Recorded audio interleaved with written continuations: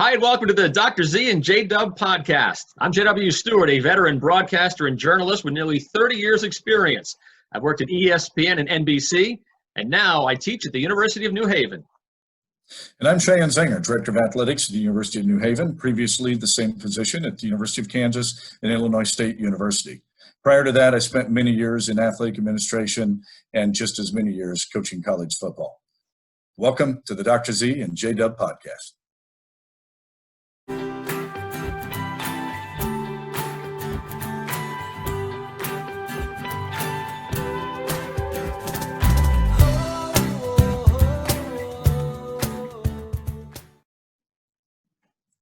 And hi again, everybody, and welcome to the Dr. Z and J.W podcast. I'm J.W. Stewart, joined as always by our athletic director, Dr. Z, Sheahon Zenger. Dr. Z, how you doing today?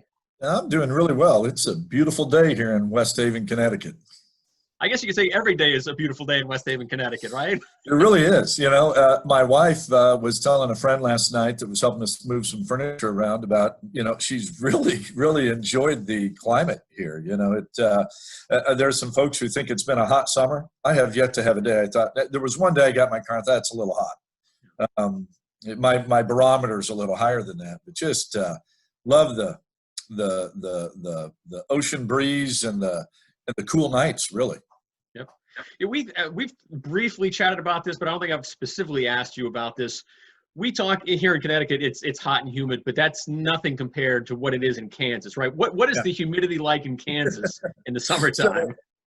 Kansas is a huge state, a lot like Pennsylvania. People used to complain about driving through it from tip to tip.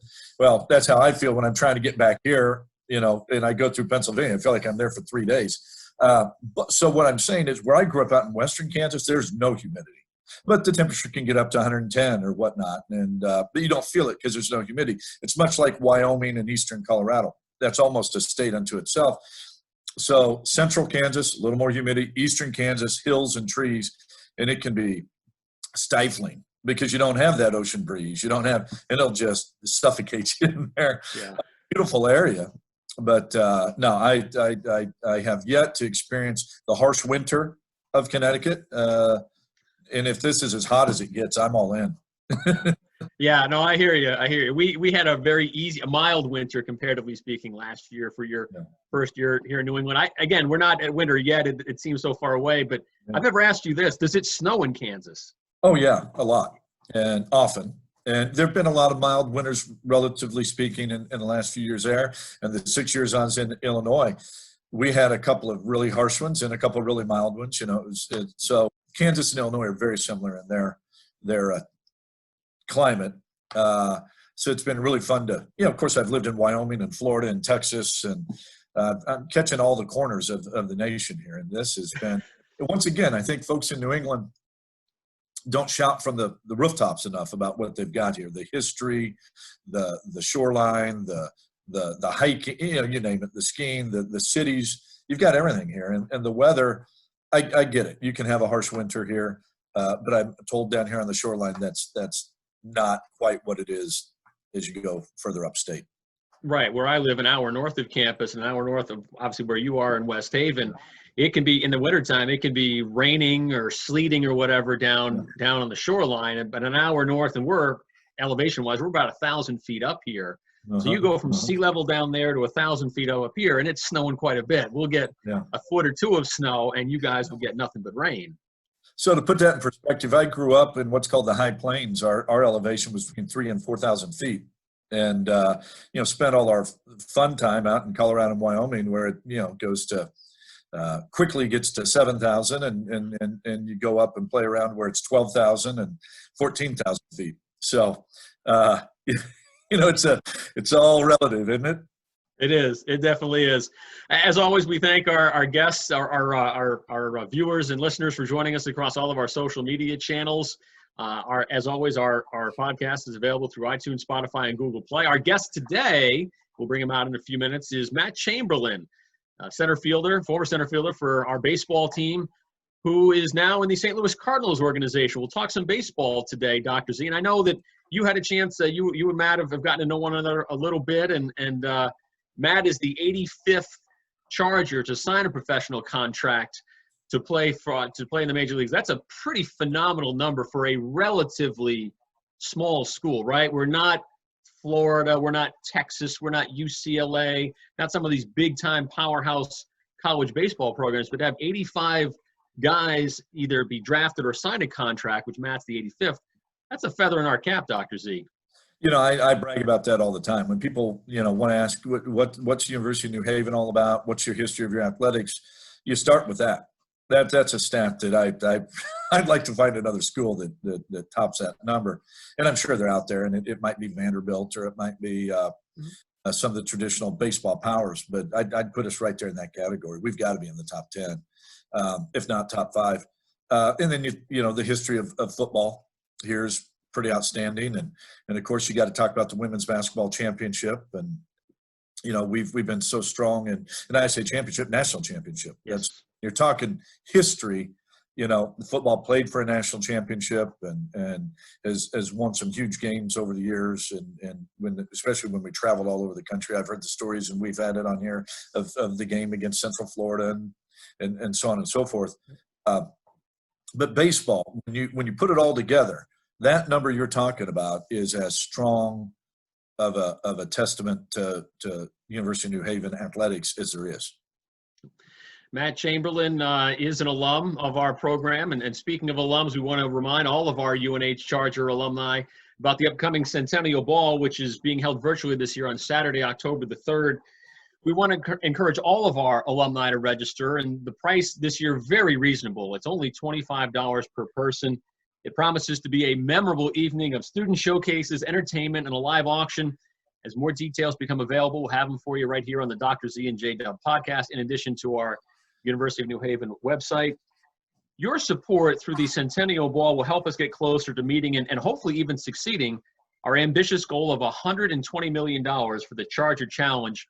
Now, the Charger Challenge is part of the overall campaign for the University of New Haven. For more information or how to register for the upcoming Centennial Ball, please go to newhaven.edu/alumni. Our producer, Broccoli Rob Thompson, this is a big project for him and his office. Dr. Z, I know this is a big project for you. It's a big project and a big deal for everyone on our UNH campus. Why is this the big deal, especially this year? I have to point to the leadership of President Kaplan and Vice President Steve Morin, who's in charge of our advancement office and program. And Rob works with both of us every day, probably drives him a little crazy. But, we talked in a previous podcast about this providing hope for the next generation of Chargers who are coming through during a really, really strange time, this pandemic, and coming from that gritty, overcomer mentality that makes up the University of New Haven. I really believe that this will set the tone for that. But as you talked about that, J.W., my mind went to, it's going to be virtual. I was looking so forward to attending the ball this past spring. It's the highlight of the year, and it was going to be the 100th, celebration. And my wife was just moving here at that time. That was the original plan, and a friend was going to be with us. And then, the virus knocked it out. We've all learned, I think there's a testament to this, we've all learned how to communicate and get together via Zoom and via virtual and podcasting, and it's changed our lives in many, many ways, but there's also been some positive outcomes from it. And one of those is this ball. Normally we have a limited capacity because of how much the rec center can hold. There's no limited capacity this year, and the price is, like 2 people going to a movie. And that's really just to contribute to the betterment of our young people and some funds that will support them. But this is a chance for hundreds, if not 1,000 or more people to come together and show their support. And doesn't mean you have to come to the ball and donate a bunch of money. Just put the $25 in and be a part of it. And I'm excited as Steve Morin and Rob and others develop what the programming is going to be. From an athletics point of view, you're going to meet every one of our head coaches. If you're an alum of that sport, you're going to be in a breakout room with them instead of sitting at a table listening to me and some others up there at the podium. This is going to be a very interactive, fun experience. I'm really looking forward to it. Yep, that'll be coming up Saturday, October the 3rd, virtually, of course. And again, any updates, we'll have them for you here on the podcast. Let's bring out our guest today. Our guest today is Matt Chamberlain, star center fielder, former star center fielder. Now that he's done playing for us, and will be wearing the colors of the St. Louis Cardinals. Matt, as I mentioned before, the 85th player in school history to sign a professional contract when the Cardinals organization called him in June. And Matt joins us now on the Dr. Z and J.W podcast. Matt, welcome aboard. How are you? I'm doing great. How are you? Thanks for having me. It's good to see you.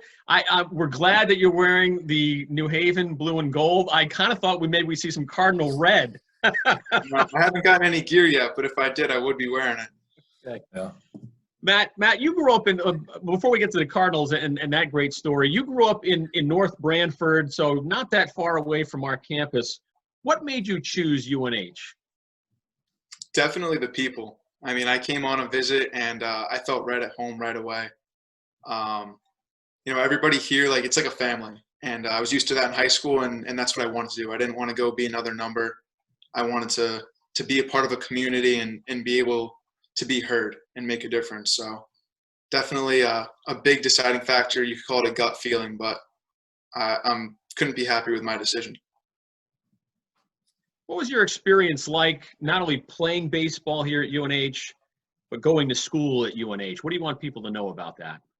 From a school aspect, it's so diverse. I changed my major a few times, being a high school kid, not knowing what to do, and I wanted to figure it out so early, but they worked with me so much on creating a schedule and finding something that I would love to do, and I found that love and desire in nutrition and dietetics. So, I started off biology and was able to carve my own path into nutrition, and it worked out really well in the end. But definitely the diversity and the different choices I had was the reason I was able to stay here, It was J.W.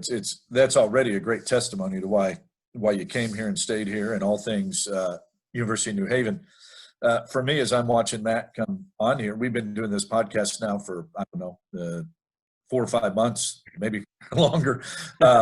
Matt's our first student athlete.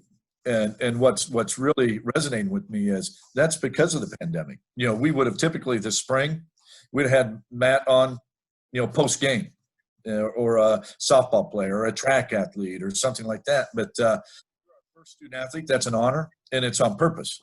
If you look back over the year, who's accomplished the most? You just joined. You're number 85. You just joined a professional organization. That's worth celebrating. On the other side of that coin, you're probably on here because you're my wife's favorite student athlete. You're not supposed to have favorites, but my wife came here twice in the fall to visit, for a week apart. And I think Matt was the first student athlete she met. And he's going around a basketball game with a little grease board, it was a Thursday, and it was his idea of Thanksgiving Thursday or something.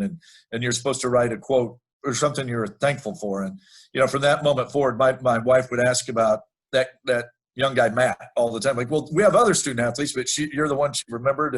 And just throwing that as a shout out and appreciate the impact you had here, not just as an athlete, but as a student, as a leader, and really appreciative of how you set the bar in your time here. I'm honored. Thank you. That's a big a boost for me, being your wife's favorite. But there's a lot of people that I should be thanking. That I don't even know if that was my idea, but there's a lot of people that work next to me that work, really hard. But I was able to have the courage to go up to the new athletic director and say hi. So. Well, you did. So many didn't have that, and you were really the first, and right out of the box. And we leaned on you for different things over the last few months. And you don't have the negative mentality to even look back and whine or cry about the lost senior season. I know it hurt, but you just moved on and kept that stiff upper lip and smiled and continued to do good things, and we'll do great things as you go forward. Thank you. What was it like meeting Dr. Z for the first time, Matt? You just kind of alluded to it. Were you a little intimidated by him? A little bit, yeah. He had cowboy boots on. I don't think I've ever seen those in person before. I forgot that story. We were in a student-athlete advisory council meeting. We call it SAC. And I'd gone over, and Matt was early, and we're waiting for other folks to show up. And I'm just leaning against the table, and he's sitting at a table near me. We're just chatting it up. And I saw his eyes go down, and he looks at me and goes, "Are those boots?" He goes, "People wear those, don't they?" You know, I have multiple pair of those. You just don't see them around here as much. I do wear them around here just so, you know, I bring some diversity to the campus, but now it's mainly, you know, flip-flop sandals and golf shirts for this time period. It was different for sure. I wasn't used to it. Thanks for telling that story, Matt. That's awesome. I had no idea Z had any cowboy boots. How many pairs do you have, you said? You know, I've got 4 or 5. That's a low number for where I come from, you know. And I've even got a pair too that, you know, my cousins refer to as city boots. You know, they're not cowboy enough. But, Dr. Z, before we get back to Matt, Dr. Z, does your wife watch the podcast? I know she's watching today because Matt's on, but does she normally watch the podcast? She does from Okay, time good. to time. Not a lot. You know, she gets nervous when she watches me do public speaking. So I think this does the same thing. She really sees it when my kids get a hold of it and think something's funny or whatever, and then, you know, send it to her. Or friends back home who love to watch this, you know, and certain episodes jump out at them, you know, that have to do with, particularly when it pertains to why students ought to come to UNH, why they ought to be in college, things that kind of motivate them that way. But we've had some interesting guests, and it attracts all kinds of audiences. So, Matt, you're being watched by folks all over the country, and you know, started watching us when Swami was on here, when Jim Levitt was on here, when, you know, our goal is to rotate inside, outside, UNH, outside UNH, things of national caliber, things of local flavor. We just finished a 2-part episode celebrating West Haven, which you'd probably get a kick out of that since you're from North Branford and spent 4 years here in West Haven. Yeah, definitely. I'm honored to be here. So I'm glad you brought that up, Dr. Z. You know, following up on that 2-part episode we had on as we celebrated West Haven. Matt, what do you love about West Haven? We talked about what you love about UNH, but what do you love about West Haven, especially a guy coming from North Branford? yeah, it's different than North Branford, and here it's a lot of farmland. But West Haven, just 20 minutes away from where I live, Boston Post Road is huge for like food, like the atmosphere. Like you're able to go to any food place you want, really. And then it's a 5-minute drive to the beach too. So it's got a lot of different options. Like it's a great spot for a college campus, and it's right on the border of New Haven too. Where I didn't cue you up on that, Matt. Please talk about your experience with the beach, and you're an alum now, so you can say whatever you want. The beach and the downtown New Haven scene. You know, I know there's the Campbell Crawl, which is all UNH. But really, these are things I hear about from alums all the time. Beach, Campbell Crawl, and then 4 or 5 or 6 universities congregating down in downtown New Haven on the weekends. Yeah, that's what I always tell people is like we're able to go out on weekends with schools, with 3 or 4 other schools every single time. It's Quinnipiac, Southern, Yale, Albertus Magnus, like all of those schools in New Haven are right there. So you're not limited to just New Haven. Even though it's a small school, you're exposed to so many people. And, you know, there's a lot of famous food spots and drink spots down in New Haven. So you have the opportunity to go experience that. You're not just restricted to the middle of nowhere or one city. Like you have Boston Post Road, and you're less than 30 minutes away from Fairfield, which is a great area, or you're 20 minutes from New Haven, and the campus shuttles you on the weekend. So it's free. It's a free ride, basically, but it's awesome. Did you live on campus, Matt? I did for my first 2 years, and then my next 2 years I lived right off campus in a house with my friends. And for people who are watching, especially prospective student athletes and their families, what would you want to tell them about living at UNH, be it on campus or off campus, and why they should? You could, because you live so close, you could have just commuted from your house, but you chose to have that college experience. Why do you think that's so important? Yeah, my mom actually pushed me to have the full college experience, and I wanted to save the money, but she insisted I go, and it was the best decision ever. Getting so close to people that you would have never had the chance to meet if you were commuting. But it was definitely worth the investment. I I made some of the best friends of my life, and I still talk to a lot of people that I just lived in the same building as, because you can bond over things like that. And there's study rooms and common areas, and you have the opportunity to bring people into your room and like show them how you live, and this is how I do things. This is something from my home, and they could live 1,000 miles away, but this is something that you bring to the campus. Just like Dr. Z's cowboy boots, you can bring something to the table that they've never seen before, and you learn so much about life skills and living with others that you need to live on campus. It shouldn't even be an option, unless I can't think of a reason, but it's great. Matt, we want to hit replay on that a million times as we try to encourage parents to, as I just sent two of my youngest children back to universities halfway across the country into hotspots, because I believe, your education is 2/3 what you just described. I can't fathom being online only, as some schools are, or even, as some of our young people have had to go through the last few months of finishing up a semester online. Even if the school goes online, I would want my child to stay in apartments or whatever with their college friends and experience that life. Being home with mom and dad studying online is not college. There's my commercial. Mm-hmm. Definitely. Couldn't agree more. I think our viewers and our listeners can pick up on the sense of camaraderie here and the closeness in the family. You can see and you can hear in Matt's voice, how much he loves the University of New Haven and the connections he's made, especially with Dr. Z and his Dr. Z's wife and his family. Matt, you've said that you've given your heart and soul to UNH, and the school returned the favor. How so? A great example is this.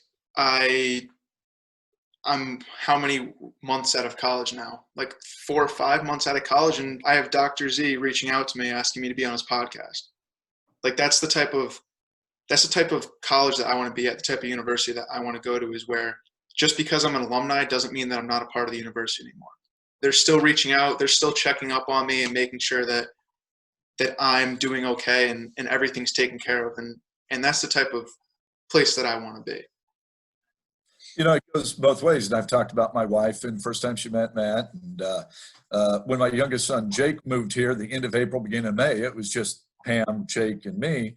And Jake's a baseball player. And I sent Matt a text and within a week or two, he invited Jake to a workout with a bunch of guys. And I think it was a little intimidating. Half these guys are, playing, college baseball, if not all of them, and several have the shot at the minors or the majors, and that was good for him. It was kind of his welcome to Connecticut experience, and shortly thereafter he started making friends in the West Haven area, but that was always kind of a go-to, and kind of got him started.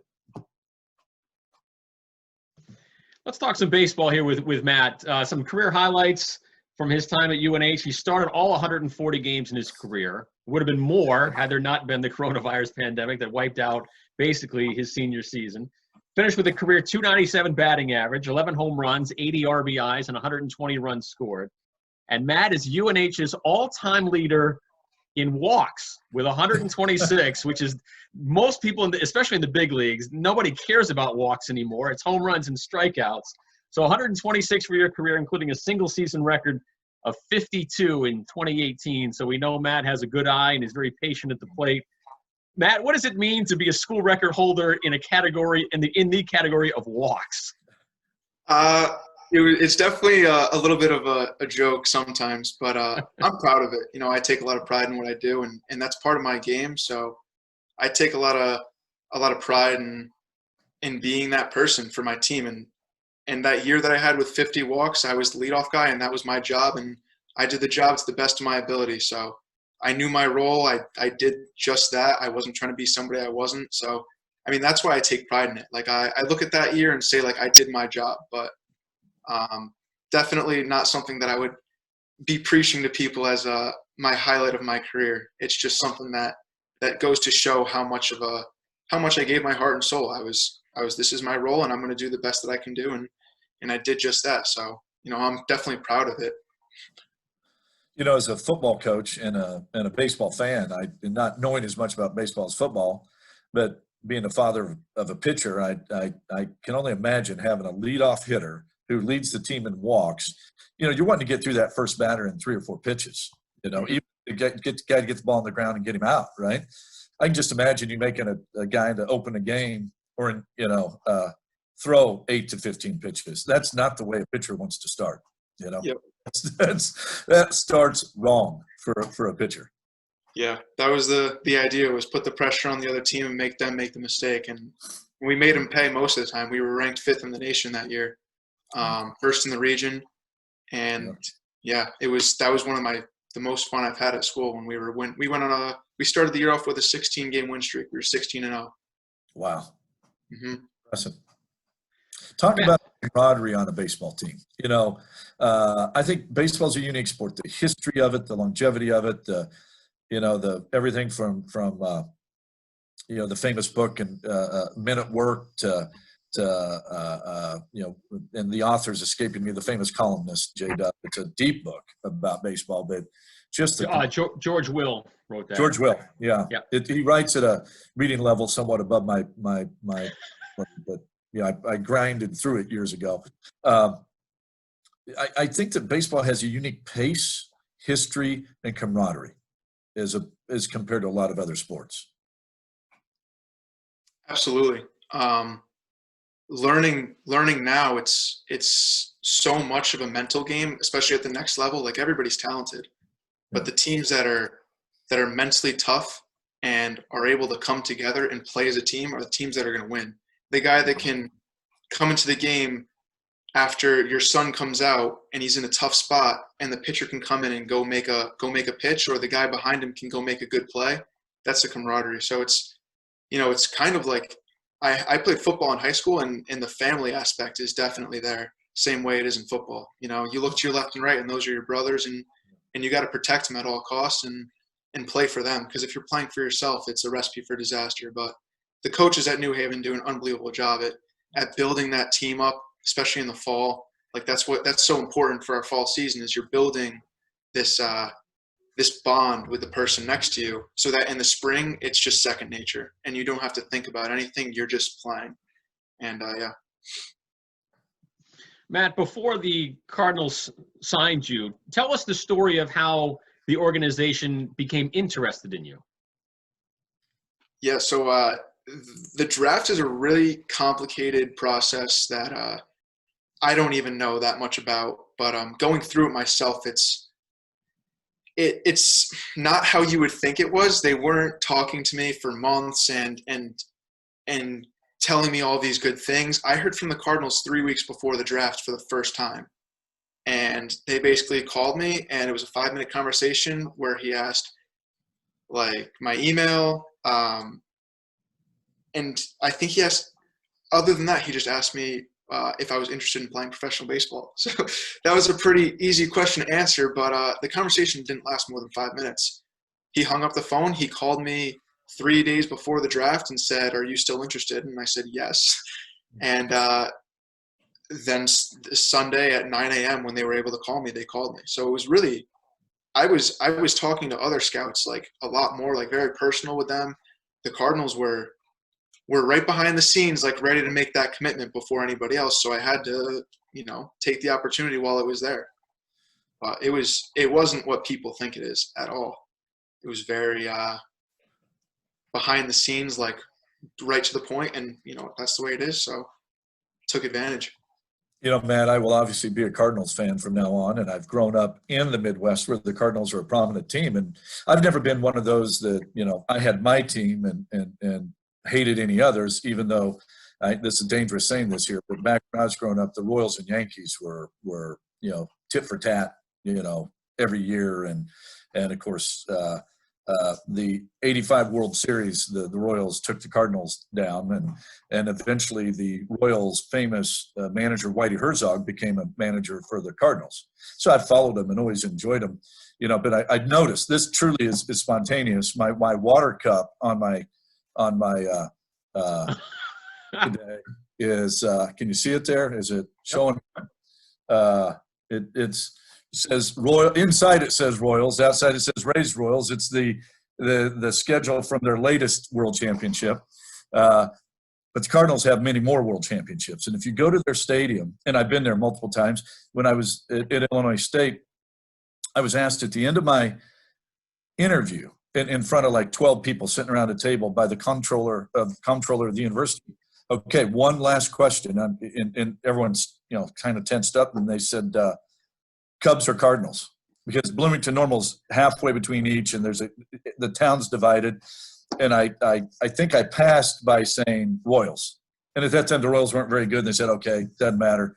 And I got a pass. But our closest friends, and I've grown up kind of with the Cubs as my number 2 team, which makes this even harder because they were on TV on WGN in the Kansas area. That's, how the Braves have fans all over is because of Turner Broadcasting.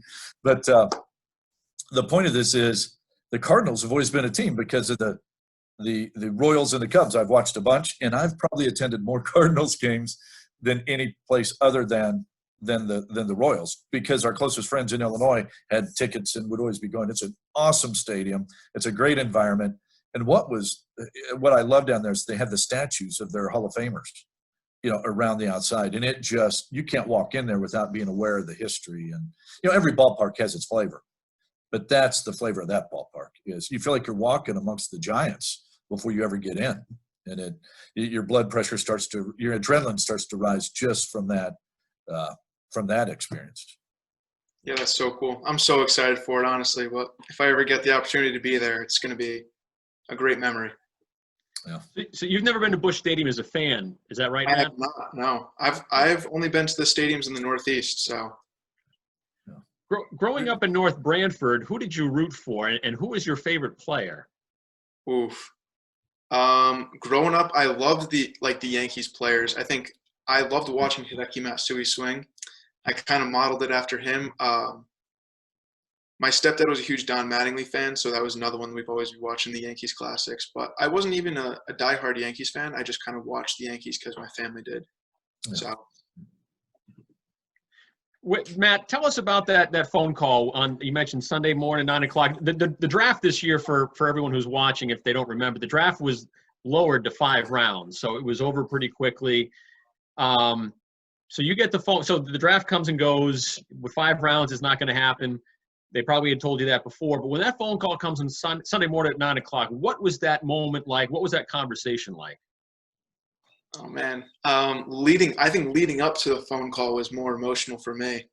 After the phone call was kind of just like I made it. Like I felt like a sense of like relief. Like I'm finally able to say baseball is my career and I can completely just focus on this. So it was really relieving. But obviously I immediately got that sense of like, all right, where am I going? Like I'm ready. Like I want to go somewhere and start playing. But with COVID, like I wasn't able to. So it was kind of it's hard for me. Like I had to take a deep breath and like be patient. But yeah, the big sense of relief and like I finally, like all this hard work finally paid off. It was a really good feeling. So speaking of hard work, I can't help but point this out. I mean, what you're known for on this campus is that hard work and your relentless working out, whether it be on the ball field or in the weight room, down here in Sperano, weight room or running or whatever it may be. And anytime you're trying to get a hold of Matt, typically if you're even trying to schedule this, we did it around your workouts. You are religious about that. And I'm looking over your shoulder there at your dumbbell set. I think you're in your weight room, you told us. And I think that's a testimony again to who you are and how you got there. This didn't just happen because you woke up one day and were a gifted baseball player. No, I wish it was that easy, but I found a sense of peace in baseball and lifting and training my body to be as healthy and athletic as it can possibly be. So it definitely wasn't as easy as waking up every day, but it was easier for me to do it when I loved what I was doing. And going to the field wasn't a chore. It was a stress reliever. And going to the weight room wasn't stressful for me. It was, it was relieving. It releases those endorphins, and I felt better after leaving the weight room than going in, which I think some people may not feel the same way, that a lot of people dread going to the weight room and doing those extra things. But to me, that's just like, it's like second nature. It's like, all right, I'm stressed out about studying. Like, I'm going to go to the field and get some swings in. And it's just So there. I got to ask this, not every baseball player loves lifting weights. Did that come from your background in football? And if so, or if not, how did high school football relate to baseball for you? And did you consider playing college football? So the lifting was definitely, when I started lifting for football, I started getting better at baseball. And I was like, there's no coincidence here. I'm hitting the ball farther, throwing it faster because I'm so strong. And so I immediately wanted to debunk every baseball player shouldn't lift. I think there's something like you shouldn't lift. You should lift smart, obviously. You shouldn't be dumb about it, but I think that lifting has definitely benefited my career, and I can definitely thank football for that, high school football especially. What was the other question? How did the teamwork? Compare for us a little bit your football experience in high school and your baseball experience. What were your favorite things about both, and what was similar and what was different? So football was like I'm sure it's very like hard nosed, like family. You got to die for the person next to you. The coaches are yelling a lot more, and it's very fast paced. Like you always head's got to be on a swivel at all times. Baseball is complete opposite, but with the same family aspect. And the coaches probably aren't screaming at you as much, and it's a lot slower paced, but you still need to have that focus. And I think that focus in football that you never break because you're in the zone, you're playing in the game, that's something in baseball that you need to learn how to like, it comes and goes. Like during your at bat, you need to focus. During every pitch, you need to focus. But there's those layover periods every pitch where everybody in the stands is looking around and having a conversation because it gets a little boring. So you got to be able to focus. And I thought about playing football in college actually at the Division III level, but I talked to a few people and they advised against it because it was really difficult for them to excel at one or the other with playing both. So I knew baseball was what I wanted to do. So I kind of just ran with that. You mentioned lifting, Matt, and certainly that's part of the equation in being healthy and being strong. But as a nutrition and dietetics major, you know how to eat smart. So what do you eat? Oh, man. I try to praise the whole foods diet as much as possible. Anything grown from the earth is a lot better than anything made in a factory. So I definitely would love to preach that. But it's different for everybody. And that's my big thing is moderation.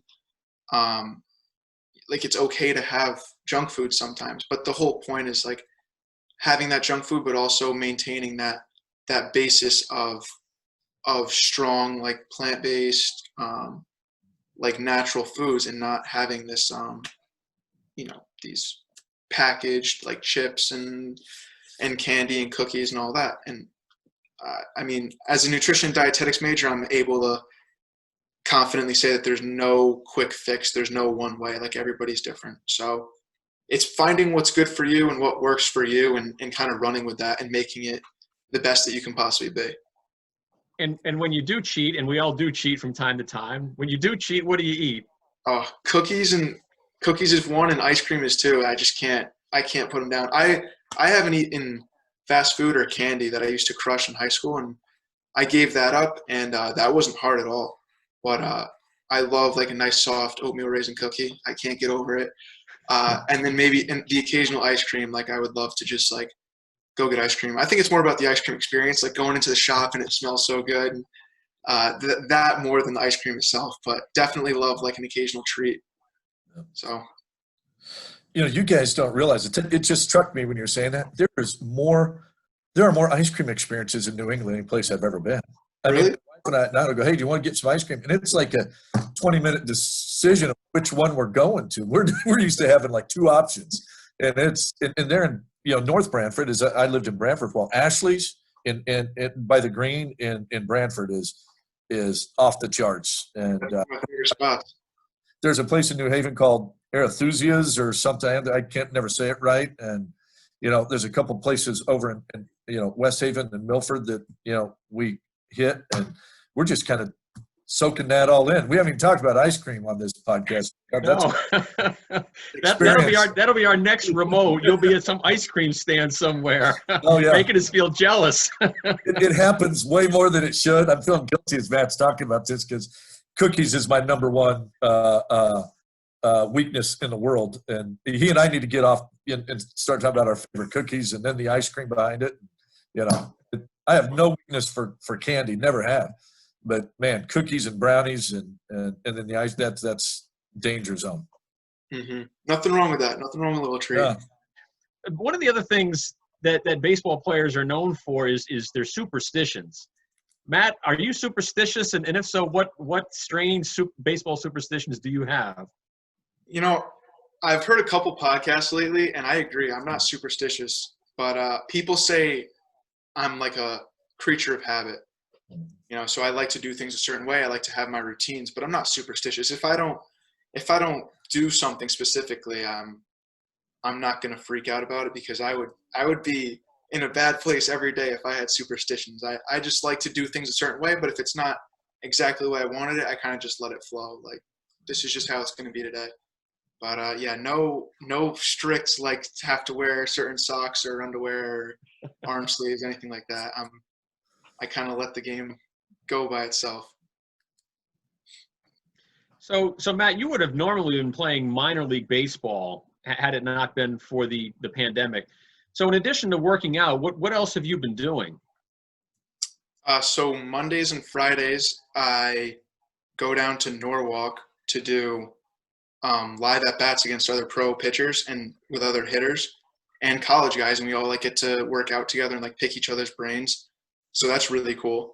Other than that, I've been coaching, which is awesome. I'm learning the game from a new side that I've never even really been able to like experience before. So that's been awesome. And I'm working, and then in my free time, I pretty much just like hit and lift by myself or with a buddy, just work on my craft. Matt, you talking about coaching, you just triggered another memory of mine. When I went to Drake University as a graduate assistant right out of college, I was your age. I don't know if you're 22 or 23. Usually that's what you are when you graduate. I was coaching a receiver who was 6 months younger than me, who was an all-conference player. And I took him out for pizza after the season just to thank him for not embarrassing me because he knew more about playing receiver than I ever did, and went on to be a physician and a gifted young guy. But my biggest awakening as a coach was what I didn't know about the game. You know, as a player, you thought it was, you know, a certain way. You thought you knew everything about the game, and then all of a sudden you get around these coaches and you kind of fall to the bottom of the ladder in terms of knowledge, and they start to teach you a whole different nuances of it. And the one that shocked me the most was as coaches going to game planning for a game, they have to be very real about we have more talent or less talent. We should win or won't win. You know, as a player, you should win every game and take gummit white. You know, as a coach, you go in hedging your bets and you game plan around what the odds are. And that was really hard for me to accept, that mentality wasn't the kill or be killed, winner take all. You better strategize your way to a victory. And therefore you have to be very real about the talent levels. Definitely. I don't know into that at the level you're coaching yet. I'm coaching 18 and under right now, and I definitely know exactly what you're talking about. You have to know your team's strengths and weaknesses and attack the other team's weaknesses. So there's a lot more thought and precision that goes into the game compared to when you're playing and you're kind of just you're leaving it out on the field, but the coach is the one that's really guiding the path for you. But you don't even realize it when you're playing. You kind of just play. But from a coaching standpoint, it's so different the way that you have to like attack the other team and try to score runs in baseball or stop them from scoring. Matt, because there's no minor league baseball this year because of the coronavirus, what have the Cardinals told you about where you might report once we're on the other side of this and things get back to normal? Where would they send you? Given a normal year, I would be in State College, Pennsylvania. There's been rumors about fall instructs. It's not looking likely anymore. But I actually reached out to them the other day and asked if they had any idea when I would report, and they still don't know, believe it or not. I I don't know any more than you guys do, and it's frustrating at times, but like I get it. You know, we're all in a tough spot, and everybody's in the same boat, and everybody wants to know, but there's nothing to know. We just need to kind of play the waiting game. So typically, I would report the second week of March for minor league spring training, and then I would go through spring training, and then they would place me on a team depending on my skill level. There's low A, high A, double A, triple A, then the MLB. So there's 3 different single A levels, and typically I would report to one of those 3. Talk about those 3 again, Matt. That's fascinating. Those. I don't think our viewers are as aware. Everyone's heard triple A, double A, single A, but within single A, talk about that again. So within single A, there's, as far as I know, 3 different levels. You have short A, full season A, and then high A. And short season A is for pretty usually like college kids that just got signed middle of the summer. That's when the season starts. So they would go to short A. Then full season A is for the returners who were there the full year, but those are 2 different teams. And then you have high A, which is, I guess you could call it like that's the actual like A team. That team has players that are ready to move up to double A, pending retirement, injuries, anything like that, performance-based. But they can move you up and down the farm system as they please. In each Dr. Z, I believe the Cardinals double A team is in Peoria, isn't it, right? Out where you were at Illinois State, isn't that correct? Yeah. The Cubs had a team there. So, again, back to that rivalry. They're gone, and the Cardinals are in. Yep, exactly. The closest, for the Cardinals, the closest minor league team to us here in West Haven and Connecticut in general is what Matt mentioned out in State College. The interesting wrinkle with that team is that's one of the 40 or 42 teams that's on a chopping block that might get eliminated. Major League Baseball wants to contract some of the minor league teams. There's actually a team in the New London area, the Connecticut Tigers. They're in the New York Penn League. Yeah, the New York Penn League, right? They want to get that's short season Class A. That would be where this team is in State College. As Matt said, those are the guys who, under normal circumstances, just got drafted, just finished playing in the College World Series in Omaha. They finish up there and they go right to short season Class A. They go from like June to Labor Day, let's say. But that team in State College may not be around very long, so it'll be interesting to see when things do get back to normal where the Cardinals would send you, because that would be huge, because that's relatively close to us. Otherwise than that, you're going. I mean, who knows? I'll be in the Midwest for the most part. Illinois, Memphis, Tennessee, Palm Beach, Florida. Yep. Middle of the country. Peoria or Palm Beach, man. That's a big. We're gonna say Palm Beach wins, right, Dr. Z? Yeah. I've lived in both areas, and I'll give you. I hate to do that to Illinois. I love the place, but you probably would enjoy a little time in Palm Beach. Matt, we hope you have a long playing career. When it's over, what do you want to do with your career, especially with your major in nutrition and dietetics? Yeah, so I think I found my second love, and that's coaching.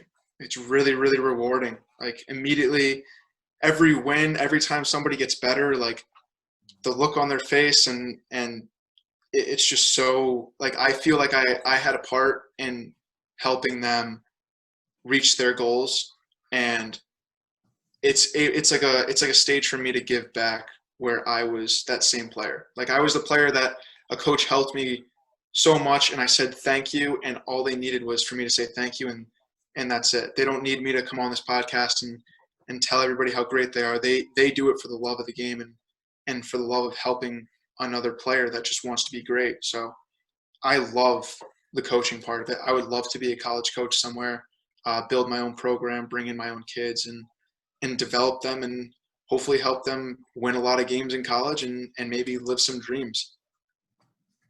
That makes my day. I've been recruiting young athletes to be coaches forever, and it doesn't seem to be the draw that it once was. Very few young people major in education anymore as athletes, and which kind of sets the foundation for doing what you're doing, coaching the high school age group, and then moving on up to the college and so on and so forth. So that's incredible. That's great news. Dr. Z, I'm all set. Any final questions for Matt before we let him go and get back to working out and putting us all to shame with his workouts? So, I mean, he's got, barbells behind him. We got books. Exactly. I know. Yeah, and if we went out and played somewhere, it would show. Yeah. No, I was just thinking as we were coming to the end here that I'm always concerned when we have a guest on, are we going to ask all the right questions? Are we going to flush out the real personality? I think, Matt, we've gotten to see the full person here and a lot of your experiences and hopes and dreams and desires. And that's what this is all about. You are setting the tone for the athletes to come on here. And J.W. and I fully intend in the next few months as the student athletes come back to campus, you're the first of a line of those to follow. So thank you. No problem. I'm honored. Thank you for having me. You're welcome, Matt. You've set the bar very high, not only on this podcast for everyone who follows you, but certainly for all the student athletes at the University of New Haven. And we're grateful for everything you've done for UNH and how well you represent the university and your family and your hometown. And we wish you the best of luck. We can't wait to see you playing in the show someday. Thank you. I got a lot more to give back, so. That's what we like to hear. Matt Chamberlain joining us here on the Dr. Z and J.W. podcast. Matt signing on with the St. Louis Cardinals back in early June, and we look forward to his travels from here on out. Matt, I know you'll keep us posted, and thanks again for joining us. Okay, enjoy the rest of your summer. Thanks, guys. You too. Thanks for having me again. Thank you, Matt. You bet. And as we get ready to wind down the podcast, again, we want to let our alums like Matt, who's now an alum, know about the upcoming Centennial Ball, which will be held virtually this year on Saturday, October 3rd. We want to encourage all of our alumni to register. The cost is very reasonable, $25 per person. As Dr. Z mentioned, we could set a record with the attendance this year because it is going to be done virtually. Promises to be a memorable evening on a lot of levels, student showcases, live entertainment, live auction. More details to come here on the podcast and on our University of New Haven website. The reason this is important is because your support through the Centennial Ball will help us get closer to meeting and even succeeding our ambitious $120 million Charger Challenge goal, which is part of the campaign for the University of New Haven. So your donations would help great students and student athletes just like Matt Chamberlain, as we just had here on the podcast. So for more information or how to register for the Centennial Ball, just go to newhaven.edu/alumni. Dr. Z, Matt comes as advertised. He is a perfect example of what we want our students and student athletes to be. Wouldn't you agree? He sets the bar. That's pretty simple. Yep. I think his famous quote, and he actually did say this in a newspaper article right around the time he got signed by the Cardinals, was that he's given his heart and soul to UNH, but UNH has given it right back. I've never heard anyone say it like that, and I think that's a perfect way to sum up his relationship and many people's relationship with our university. Totally agree. It's about the people, and he not only exemplifies that, but he reinforced that throughout this entire interview. We'd like to thank Matt Chamberlain for joining us here on the show today. As always, we thank our producer, Broccoli Rob Thompson, our executive producer, John Mays. For Dr. Z, I'm J.W. Thanks for watching the Dr. Z and J.W. podcast. We'll see you next time.